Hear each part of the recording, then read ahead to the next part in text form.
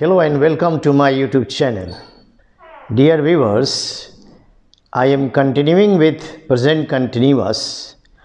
In my last video, I had given some important point where present continuous is used.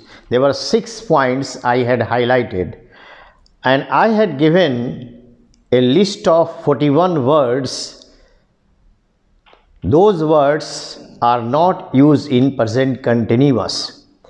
Now I am here with the third part in present continuous, and now I am teaching you with direct method of teaching. This direct method of teaching is much beneficial in learning tense and in conversational English also, in a spoken English also. With this method of teaching, or this table will enable you to have mastery on conversation also, and it will help you in spoken English. Now present continuous, जिसकी पहचान हिंदी में रहा है, रही है, रहे हैं, और ये डायरेक्ट मेथड ऑफ टीचिंग है, इसमें कोई ट्रांसलेशंस नहीं आता है, लेकिन मैं ट्रांसलेशन मेथड में से भी नेक्स्ट वीडियो में पढ़ाऊँगा ताकि हिंदी मीडियम के स्टूडेंट्स और आसानी से अंग्रेजी समझ सकें। आप इस वीडियो को बहुत बढ़िया से देखें, समझें और सुने, और यूं ही पास ना कर दें। मैं लंबी वीडियो नहीं बनाता हूं, 10 मिनट के अंदर सारी बात समेटने की कोशिश करते हैं। आप 35-40 मिनट का क्लास कर सकते हैं, तो 10-12 मिनट का वीडियो क्यों नहीं देख सकते हैं। अगर आप पास ऑन कर देंगे तो आप सही से समझ नहीं पाएंगे। ये डायरेक्ट मेथड ऑफ टीचिंग से कन्वर्सेशनल इंग्लिश भी और ग्रामेटिकल इंग्लिश भी, स्पोकन इंग्लिश भी बहुत अच्छी ग्राउंडिंग के साथ मजबूत होती है।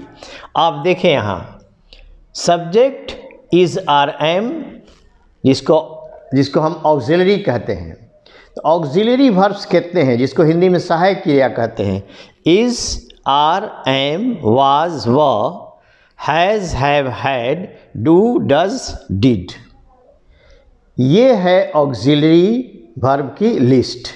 इसी पर पूरी टेंस आगे बढ़ेगी।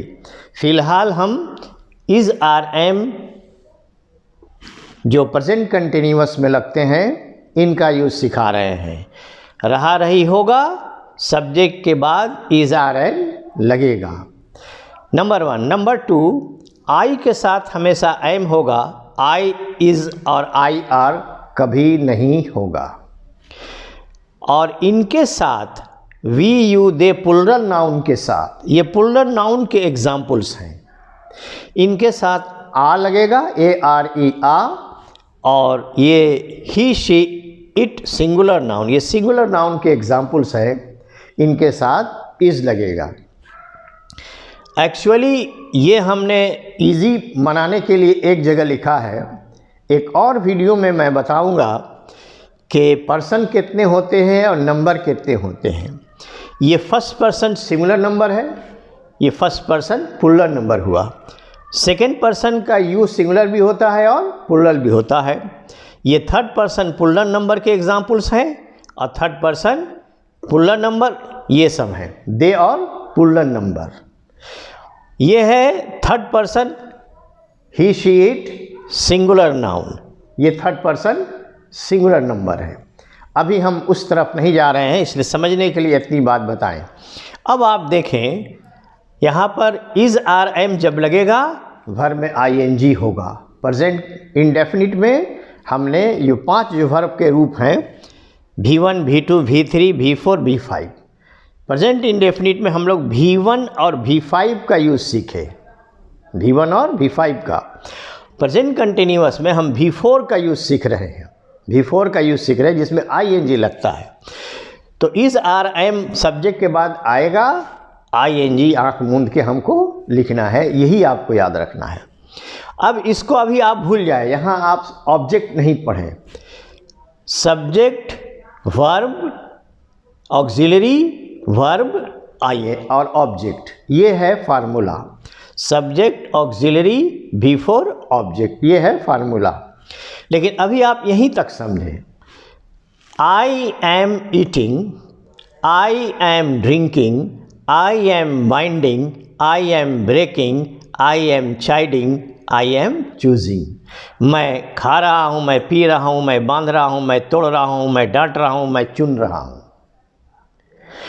इस आई से आपने 3 और 3 6 सेंटेंस बनाया, और फिर वी से हम बनाएंगे। We are eating, we are drinking, we are binding, we are breaking, we are chiding, we are choosing.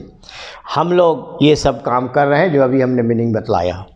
फिर यू से मिलाएंगे। You are drinking, you are binding, you are breaking, you are chiding, you are choosing. इस तरह से आप घर पर पढ़ेंगे। My friends are drinking, my friends are eating, my friends are drinking, my friends are binding, my friends are breaking, my friends are chiding, my friends are choosing. फिर your sisters are eating, your sisters are drinking, your sisters are binding, your sisters are breaking, your sisters are chiding, your sisters are choosing. You will be greatly benefited in two sense also. One thing, it will be registered in your mind that when I am using am or are, the before is coming, no other form of verb is coming. One thing. The second thing, your speaking power will increase, and if you have stammering, if you have no confidence, and by repeating so many sentences, your pronunciation will also increase. Your pronunciation will also develop. So my friends are eating, my friends are drinking, my friends are binding, my friends are breaking, my friends are chiding, my friends are choosing. If you are going like this speaking, your speaking vowel power will also increase, and your pronunciation will also increase. So this is a very nice form to develop conversational English also. Now let me come to the third person singular number. He, इन सब के साथ is होगा, are कभी नहीं होगा। He is driving, he is cooking, he is hiding, he is riding. वह गाड़ी चला रहा है, वह पका रहा है, वह छुपा रहा है, वह घुड़सवारी कर रहा है। ये 4, इनके साथ भले ही हमने इन सारे वर्ड्स को लिखा है, लेकिन आप देखें ही इज़ ईटिंग भी आप बोल सकते हैं।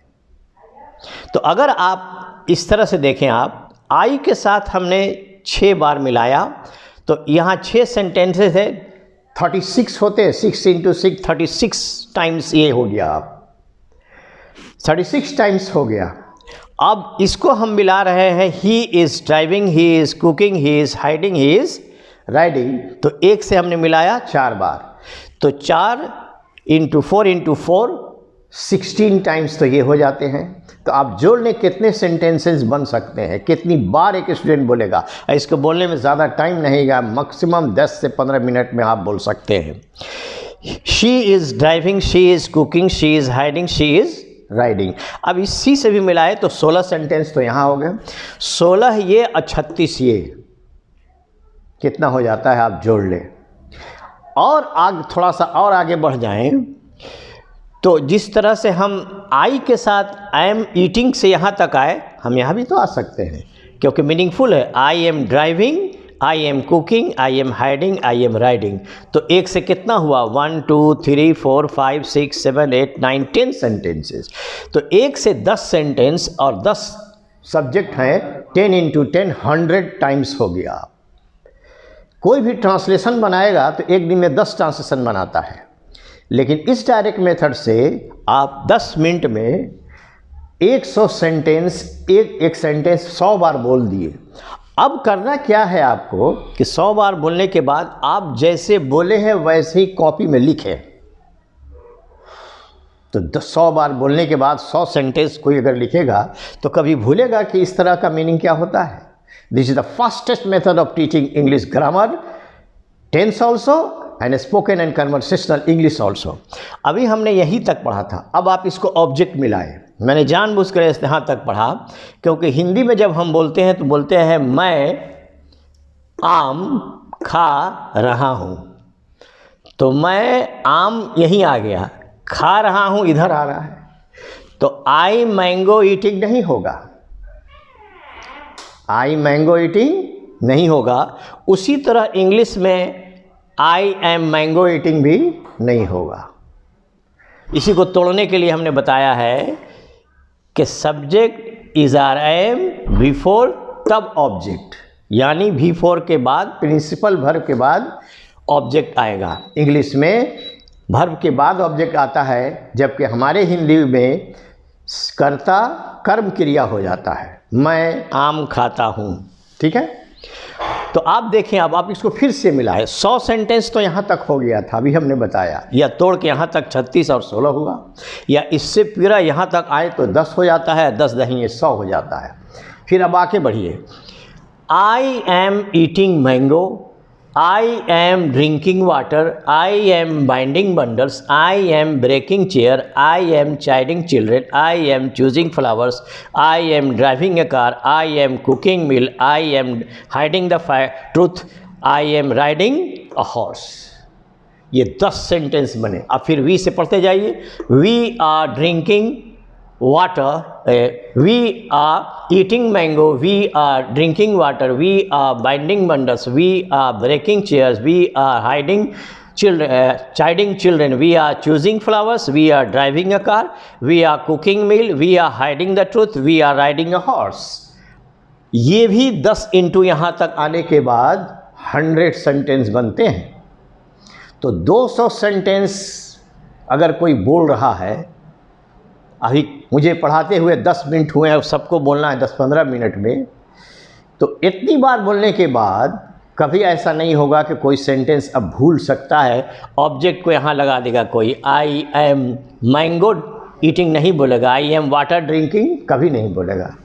तो डियर व्यूअर्स, रीडर्स और students, this is the fastest method of learning English grammar also, spoken English also, making sentences also, and it will have a very clear cut conception that when the subject comes, is RM is used, before is used, and the object's place is this one. I hope I have made it very, very clear. You just watch my video, do not pass it on, like, share and subscribe my channel. Thank you so much indeed.